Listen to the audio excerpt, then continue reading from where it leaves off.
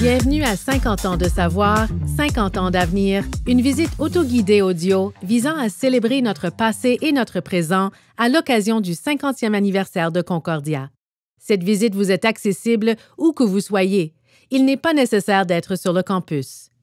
Pour suivre le parcours sur place, consultez notre carte en ligne et n'hésitez pas à faire une pause entre les différents lieux lorsque vous entendrez cet interlude musical.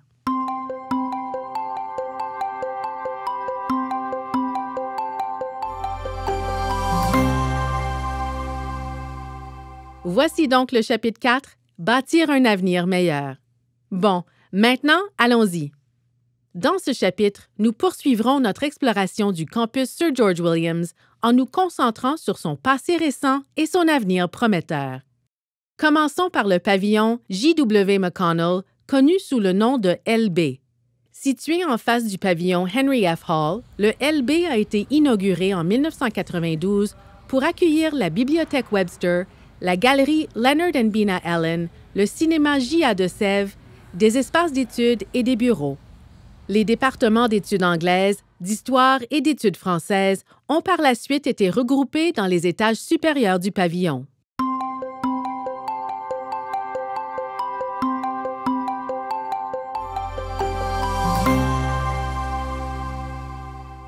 Le pavillon LB abrite également le premier espace d'exposition de Concordia, la galerie Leonard and Bina Allen, qui a ouvert ses portes en 1966.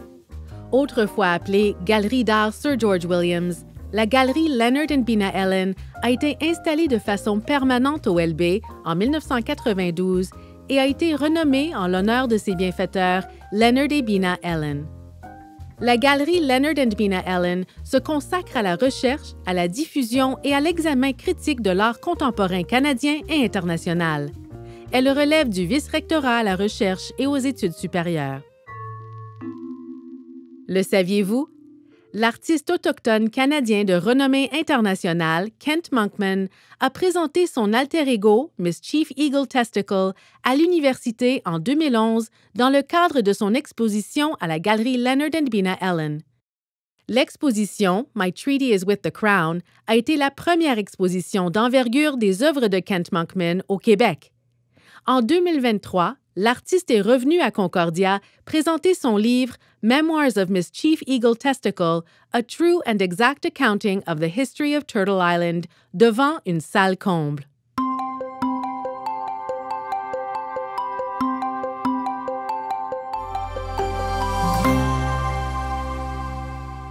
La Bibliothèque Webster occupe la majeure partie du pavillon LB.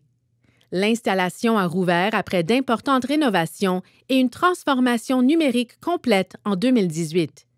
Le nombre de places assises a plus que doublé depuis son ouverture en 1992. Vous y trouverez notamment le bac à sable technologique qui propose des imprimantes 3D, des casques de réalité virtuelle, un emporte-pièces numérique et des caméras vidéo à 360 degrés, ainsi qu'un studio de visualisation qui dispose d'un mur d'affichage tactile à haute résolution et d'un système audio spatialisé. La transformation de la bibliothèque Webster a été pensée par les étudiants pour les étudiants. Des consultations approfondies ont contribué à façonner ces installations nouvelle génération. Pour répondre aux besoins des étudiantes et étudiants, la bibliothèque est ouverte 24 heures sur 24 et 7 jours sur 7. Elle est la première au Québec à offrir ce service.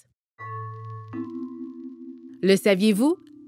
En 2013, Concordia a ouvert la salle de lecture Mordecai Richler au 6e étage de la bibliothèque Webster. Cette salle est nommée en l'honneur du regretté romancier, scénariste et essayiste qui a fréquenté l'un des établissements fondateurs de Concordia, la Sir George Williams University, entre 1949 et 1951. Mordecai Richler a également été écrivain en résidence en 1968 et en 1969. Son bureau, sa machine à écrire, ses documents personnels, ses livres et ses souvenirs sont maintenant exposés au grand public.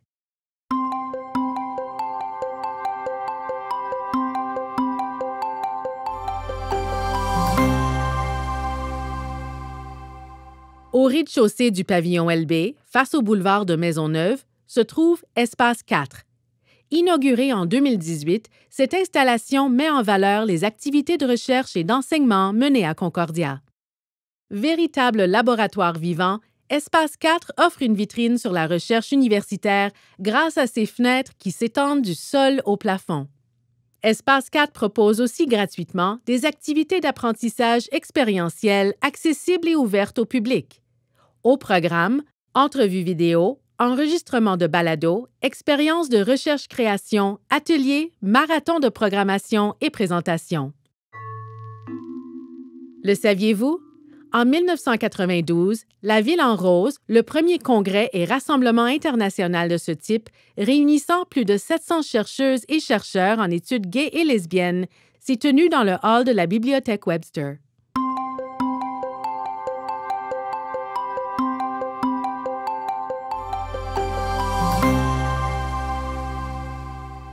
De l'autre côté de l'atrium du LB, vous trouverez le Centre Shift pour la transformation sociale, fondé en 2019. Sa mission est de réunir diverses communautés, institutions et idées pour créer une société plus juste, plus inclusive et plus prospère. Le Centre Shift est un espace accueillant où étudiants, professeurs et membres de la communauté peuvent collaborer pour relever les défis qui se posent à l'université et à la collectivité. Le saviez-vous? L'Université Autrement, dans les cafés, est un programme qui organise des conversations publiques bilingues dans des cafés et des espaces publics de Montréal. Depuis sa création en 2003, l'Université Autrement, dans les cafés, a organisé plus de 400 conversations publiques bilingues.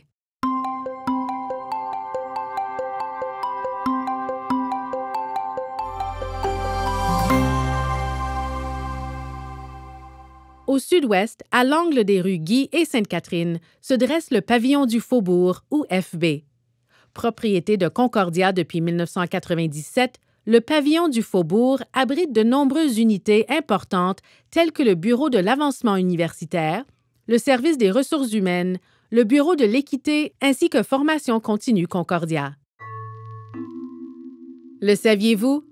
La plus ambitieuse initiative de financement de l'université à ce jour, la campagne pour Concordia, place à la nouvelle génération, aura permis de recueillir 350 millions de dollars d'ici la fin de 2025 pour favoriser la réussite étudiante et appuyer le secteur de la recherche.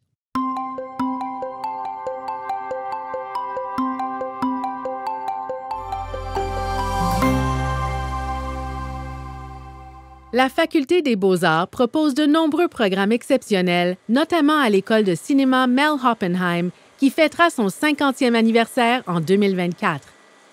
Nommé en l'honneur du regretté entrepreneur montréalais de l'industrie du cinéma et bienfaiteur de Concordia, l'école est le plus important établissement universitaire du Canada dans le domaine de l'animation, de la production et des études cinématographiques. Plusieurs diplômés de l'école ont été mis en nomination pour un Oscar, un Emmy ou un prix Écran canadien et ont remporté ces honneurs. D'autres ont vu leurs œuvres présentées au Festival international du film de Toronto, au Festival de Cannes, au Festival international du film de Venise ou au Festival du film de Sundance. Le saviez-vous? Concordia accueille le Festival international de films Fantasia depuis plus de 20 ans. Considéré par Quentin Tarantino comme le plus important et le plus prestigieux festival de films de genre sur ce continent, Fantasia attire chaque année des milliers de spectateurs, dont de nombreux titans de l'industrie cinématographique.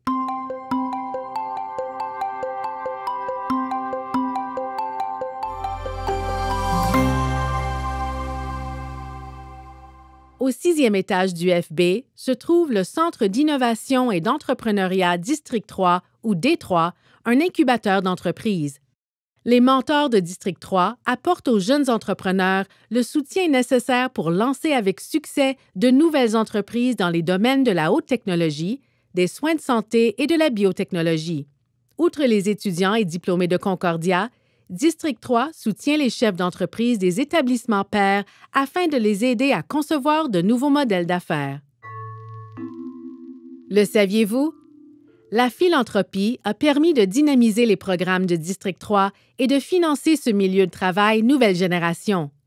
Cet espace de collaboration propose des bureaux partagés et du matériel interactif, offrant un modèle de coopération visionnaire et porteur d'avenir.